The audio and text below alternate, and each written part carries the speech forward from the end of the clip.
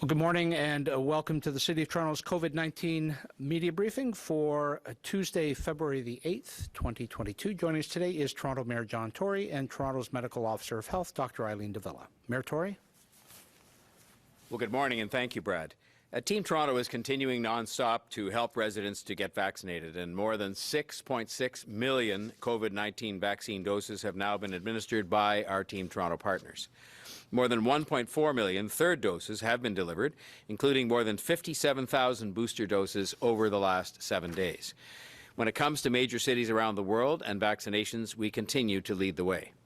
I want to thank everyone who continues to step forward to get vaccinated. This continues to be the right thing to do, as it has been all along, because it gives you the best protection possible against COVID-19, and it will help us all to bring this pandemic to an end. Now, beyond the steady daily progress, one key to our success helping residents to get vaccinated has been our ability to work with as many partners as possible to build up major vaccination drives. Today, I'm thrilled to announce the Vax The East, a campaign which will kick off this weekend. Vax The East is Team Toronto's new 10-day vaccination campaign focused on residents in the East End of the city. Vax The East will bring vaccines closer to home for thousands of residents in Thorncliffe Park, Flemington Park, and across Scarborough from the 12th of February to the 21st. The campaign follows the success of last month's Vax the Northwest clinic, where nearly 1,700 people were vaccinated in a single day, and Scarborough Health Network's Family Roll Call Vax Weekend, when almost 5,000 doses of vaccine were administered, as well as the success of Toronto Vaccine Day and Kids Vaccine Day before that. These were also ventures that were very successful at focusing attention and getting people in given areas to concentrate on getting vaccinated, and for us to make those opportunities as accessible as we possibly could. New to this campaign, Vax the East will have multiple events, each focused on a specific community. Kicking off this weekend, 2 large-scale vaccination clinics will take place. Both clinics will run on Saturday and Sunday from 8 in the morning until 7:30 at night. One clinic will be held at the established vaccination clinic operating in the Thorncliffe Park Community Hub, where a wonderful job has been done throughout the pandemic vaccination period in getting people vaccinated. The other clinic is a one-weekend-only pop-up at the Ontario Science Centre. I want to thank the Ontario Science Centre for partnering with us in this clinic. We reached out with the request and they responded with an enthusiastic yes and asked how they could help.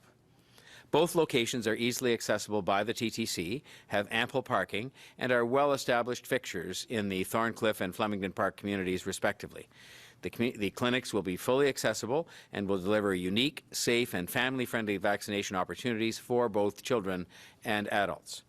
First and second doses will be available for anyone over the age of 5, and third doses for those 18 and older.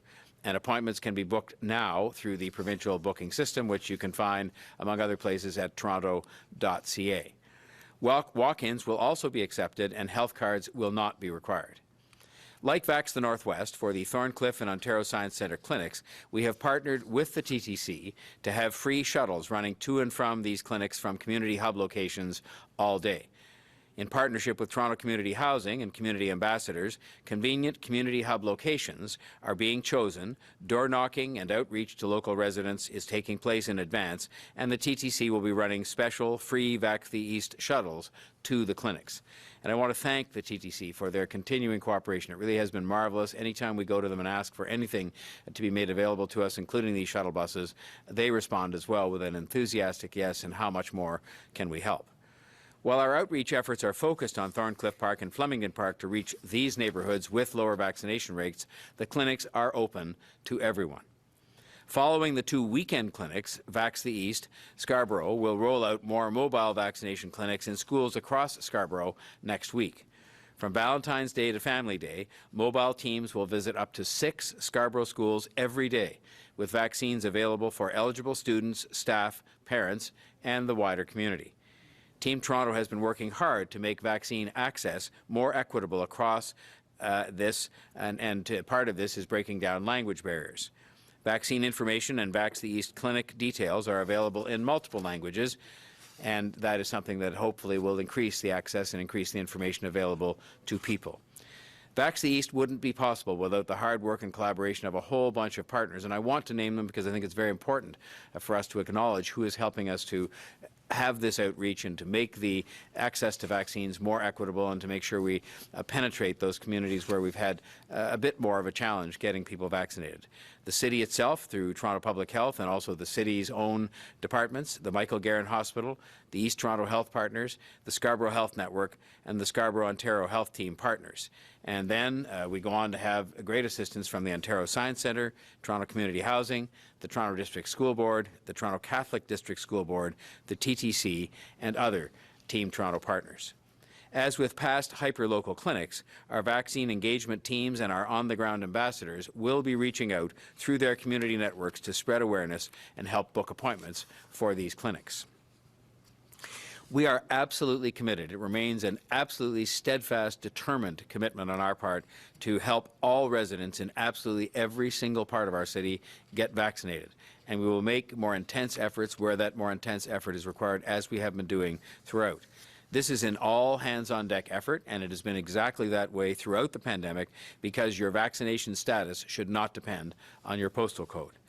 We have put into place absolutely unprecedented outreach efforts and planned events like Vax the East to make sure that people in areas with lower vaccination rates get the information, get the access, get the assurance, get the familiar faces in front of them that they need in order to get themselves vaccinated. That made a difference when it came to first and second doses, and it's making a difference now when it comes to third doses and to getting kids vaccinated. Between January 10th and January 31st, we have seen third dose vaccination rates increase significantly above the city average for residents 50+ in key neighborhoods.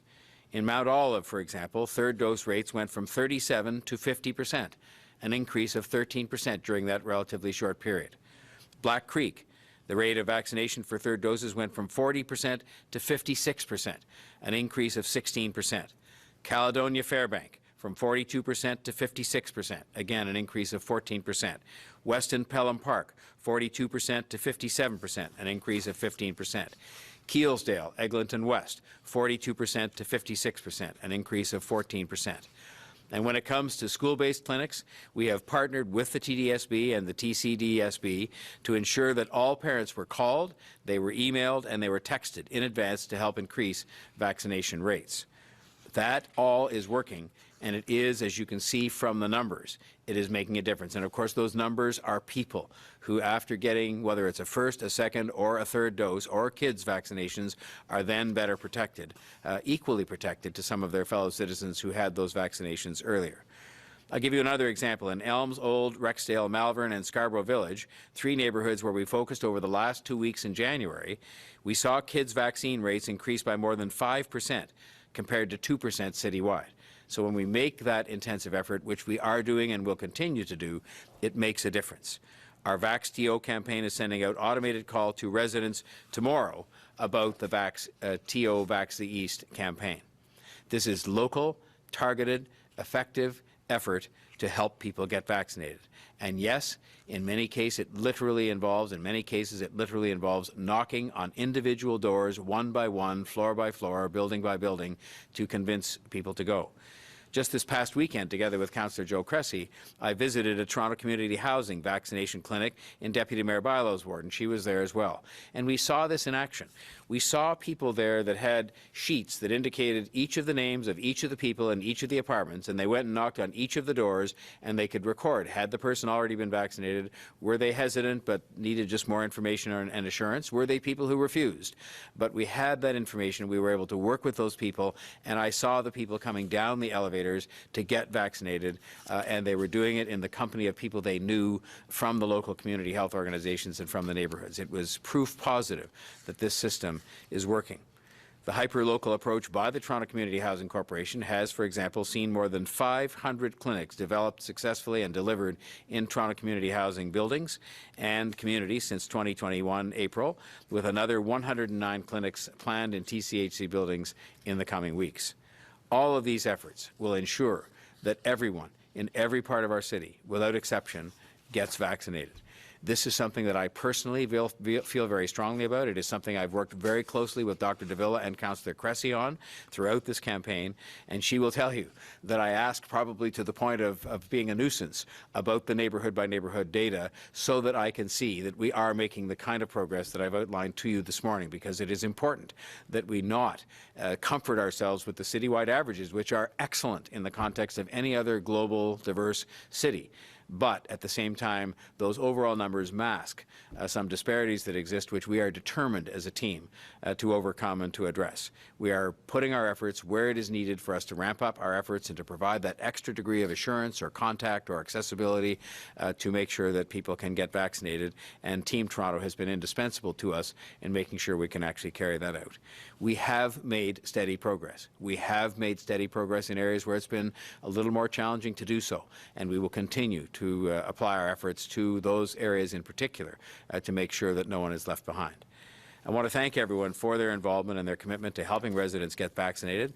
You will hear from Dr. de Villa this morning that it is making a difference on the health front itself. It isn't just about the numbers. It's about real impacts on the health situation here. These vaccines continue to be our best shot at limiting this virus and at getting us back to a situation where we can return to a more normal life. So I continue to encourage people to come themselves and with their children, their co-workers, their friends, their family who haven't yet been fully vaccinated and attend the Vax The East events. And as I mentioned, those include walk-ins and they include people from across the city. We're focusing our efforts in a geographical area, but again, it's open to everybody. And on that note, I would like to ask Dr. de Villa to deliver her remarks for today. Thank you, Mayor Tory, and good morning. Over the past week, we have seen more evidence that the Omicron wave is subsiding in Toronto. Over the weekend, Toronto averaged 417 daily cases, which is down from 686 the weekend before. The percent positivity of COVID-19 tests has also decreased week over week, from 16.6% to 12.3% as of the end of last week. Other indicators confirm this trend too. The number of active outbreaks continues to decline in settings all across the city, and levels of COVID-19 as measured in Toronto's wastewater continue to hold across the city. While the spread of Omicron may be waning, there is still significant risk to those who are unvaccinated or those who are under-vaccinated. Thanks to the data we've collected in recent weeks, we now have a clearer picture of how Omicron is affecting Torontonians, and further confirmation that the COVID-19 vaccines continue to offer strong protection against severe outcomes from this variant. Breakthrough infections, or infections after vaccination, continue to be relatively rare. The most current report shows that only about 2.4% of individuals in Toronto who had at least 2 doses of COVID-19 vaccine became infected with COVID-19. And this most recent report shows that there is even greater protection provided with 3 doses of COVID-19 vaccine on board. Torontonians with 3 doses had the lowest rates of hospitalization, ICU admission, and death compared to any other level of vaccination. In fact, the older and more under-vaccinated an individual is, the more likely they are to require hospitalization. According to the most recent data on Toronto residents, unvaccinated individuals 60 years of age or older are at a risk at least 6 times higher of hospitalization from COVID-19 infection compared to those who had 3 doses of vaccine. Unvaccinated Toronto residents also had at least a 14 times higher risk of ICU admission from COVID-19 illness compared to those with 3 doses. Team Toronto continues to make every effort as you've just heard the Mayor say, to increase uptake of the COVID-19 vaccine through an accelerated, data-driven strategy to create vaccination opportunities across the city, especially in neighborhoods and communities that have been disproportionately impacted by COVID-19. I remain ever grateful for the efforts of Toronto Public Health staff and our Team Toronto partners.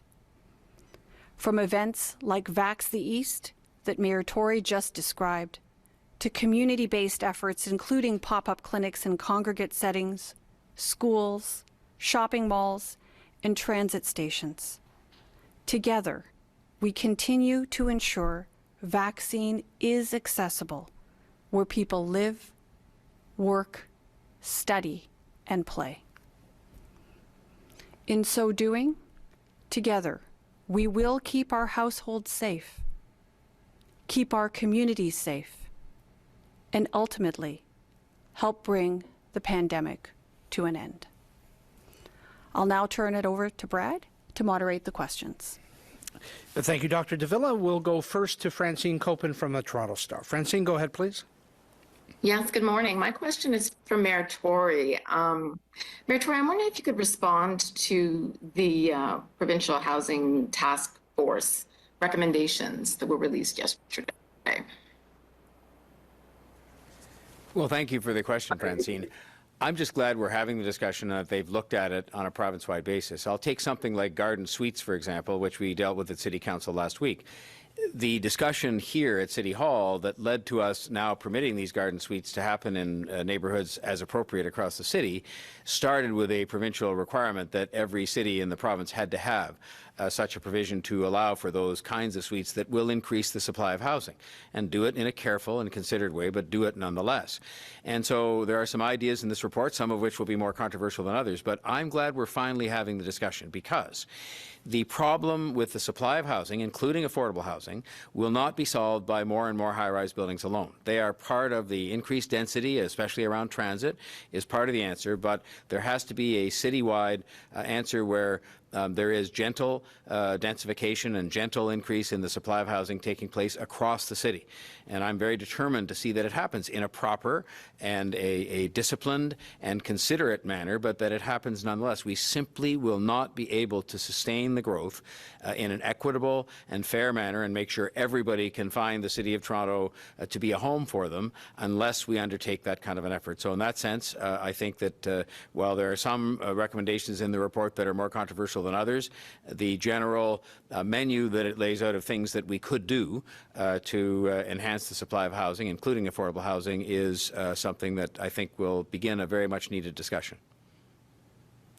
What about the recommendations that seem to require municipal cooperation, and well, most of them do, especially the one putting an end to exclusionary zoning that shuts multifamily housing out of single-family residential neighborhoods in about 70% of Toronto, as was reported today by Tess Kalinowski in the Star. I mean, is that going to be controversial, do you think, here in Toronto? Is there going to be a lot of opposition to that?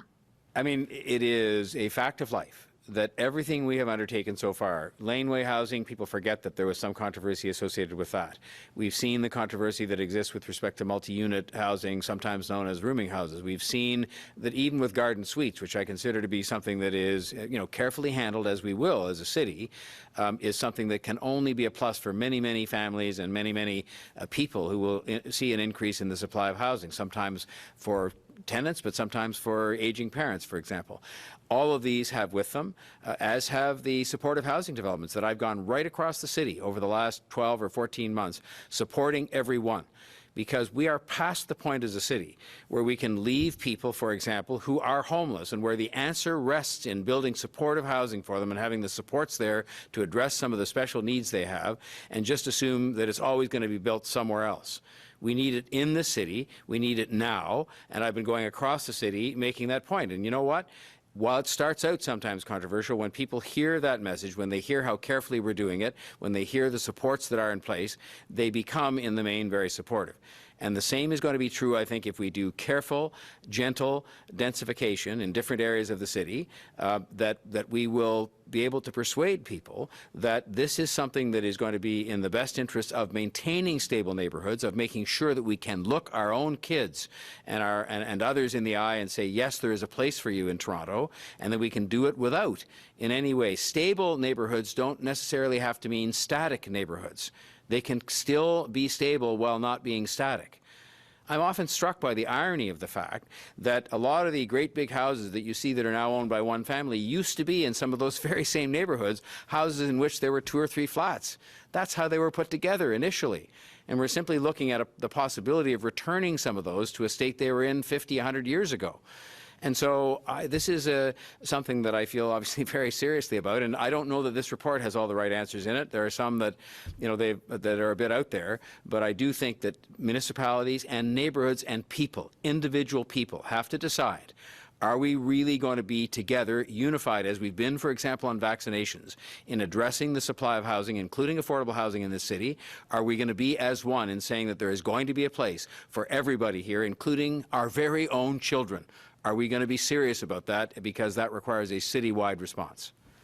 All right, thank you. We'll go next to Lorenda Redicott from CBC News. Lorenda, go ahead.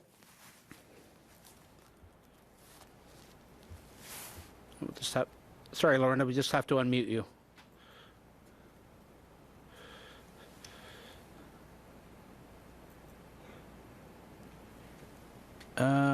We're just give us 1 second here, folks.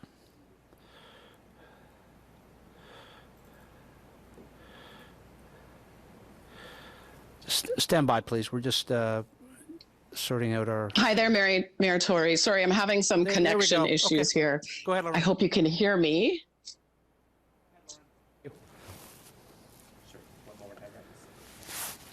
Sure. Go ahead, Lorenda. We can hear you. Also a question on housing, Mayor Tory.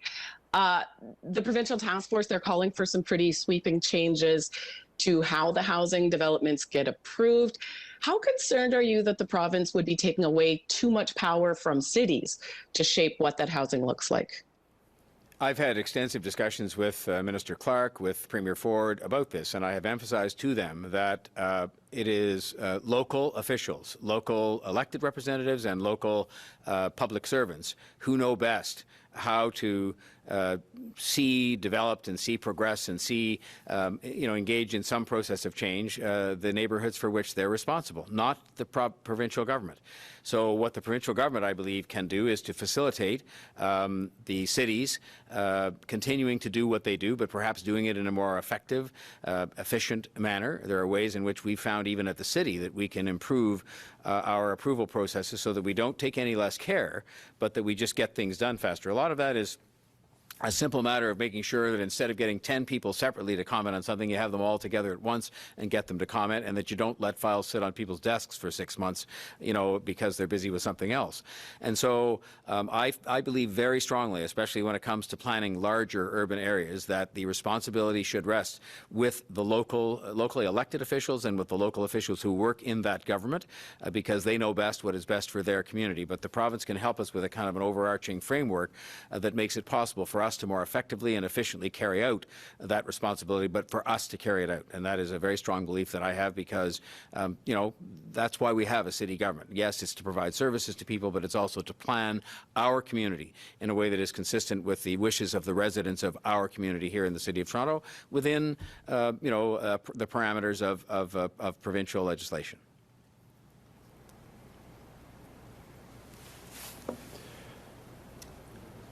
And follow up, another issue that comes up in that housing report is public consultation, and that there's a need to limit the time consulting the public. Some have raised issues with the way public consultations happen. What do you think? Are there changes that are needed to public consultations? I think that if you really look at it in terms of the time that is taken, because the fundamental issue that the report and other discussions in this regard is trying to address is the length of time it takes between somebody, say, buying a piece of land and then going through all the way to the day when somebody can move into the housing that's on that land. And I don't think the problem here is with public consultation. If you look at it, I mean, the number of meetings that are held, the time they take, which is measured in hours as opposed to days or weeks or months, is not that extensive. I think that there are greater improvements we can make on the process of going with the public consultation results and implementing those and moving forward on all of that. And I think that technology has proven to us during the pandemic that we can use virtual consultation to a greater extent, so that if you have to have a second and third round of meetings, it won't necessarily have to take the time that is somehow and sometimes taken to have public meetings in rooms. Those are desirable and certainly get people together, which is a positive thing, but I think we can use technology now to engage in much more of that kind of consultation than we did before, so that I don't think the problem is an excess of consultation. The problem is taking the results of the consultation and implementing those results in as quick a manner as possible, while still being careful and shortening the overall time period from the day somebody comes into the City Hall wanting to build something and the day somebody actually moves into that housing. We have one final reporter on the line. It's Trevor Dunn from CBC. Trevor, go ahead, please. Thanks, Brad. This question's for Dr. de Villa. Dr. de Villa, this is about sports in schools in Ontario. Right now, indoor sports that are deemed high intensity or contact, such as basketball, aren't allowed to be happening at the school level. However, many people have pointed out that outside of schools, sports such as minor hockey, which is indoors and high contact, can go ahead. Do you see a sort of disconnect between, this difference supposedly between school sports and non-school sports? And is this something that you can change at the local level to allow indoor school sports in Toronto to go ahead? So my understanding, Trevor, is that this is a discussion that is actually happening all around the province in respect of, how best do we proceed? How do we make sure that those environments within our school settings are as safe and optimal as they might be, given that we are still in the midst of a pandemic? Overall, as I look at this, certainly in Toronto, I can't speak as well for the rest of the province, but when we look at our circumstances here in Toronto, we have reason for cautious optimism. As I explained earlier today, we are seeing trends with respect to Omicron activity moving in the right direction. We're seeing some waning activity, so I think that certainly bodes well in our favor. And from our perspective, what we're doing here on the ground, which is within our control as local public health, is working with our partners to ensure that we're doing everything we can to support as safe a school environment as is possible at this point in time. And a huge chunk of that has to do with providing vaccination opportunities, particularly within school settings, making sure that members of school communities are as vaccinated as they can be, and taking up opportunities to get that protective benefit of vaccination in their school as much as possible.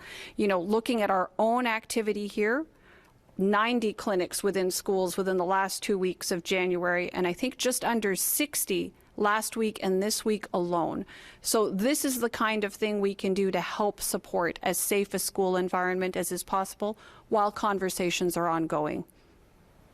And just to follow up, I think we all kind of feel that cautious optimism. Of course, we're looking at a finite sort of timeline here with the school year wrapping up, and some students who play sports such as basketball or volleyball in high school, they might be in grade 12, and this is it for them. So there's not a lot of time here. Is this something, do you think there's enough of this cautious optimism that we could see school sports in Toronto before the end of the year? Well, Trevor, I think you ask an important question, and certainly I think that there's hope, and we're really are doing everything we can locally to support that optimal school environment. And to my mind, that's why we do have to focus on the things that we can do locally as the local public health department. So certainly the more we are able to continue those efforts, the more we're able to get that protective benefit, I should say, of vaccine available and taken up. As we've seen great success thus far in the city, I think Torontonians have shown that willingness. We have over 90% of our population with at least one dose on board, I'm hopeful. And certainly as the weather improves, it gives us the opportunities to take better advantage of the outdoor space and to use ventilation opportunities, things as simple as opening windows. I think there's lots of hope and opportunity as we move forward in the next few weeks. Thank you, Dr. de Villa, and thank you all for joining us. That concludes today's briefing. Please stay well.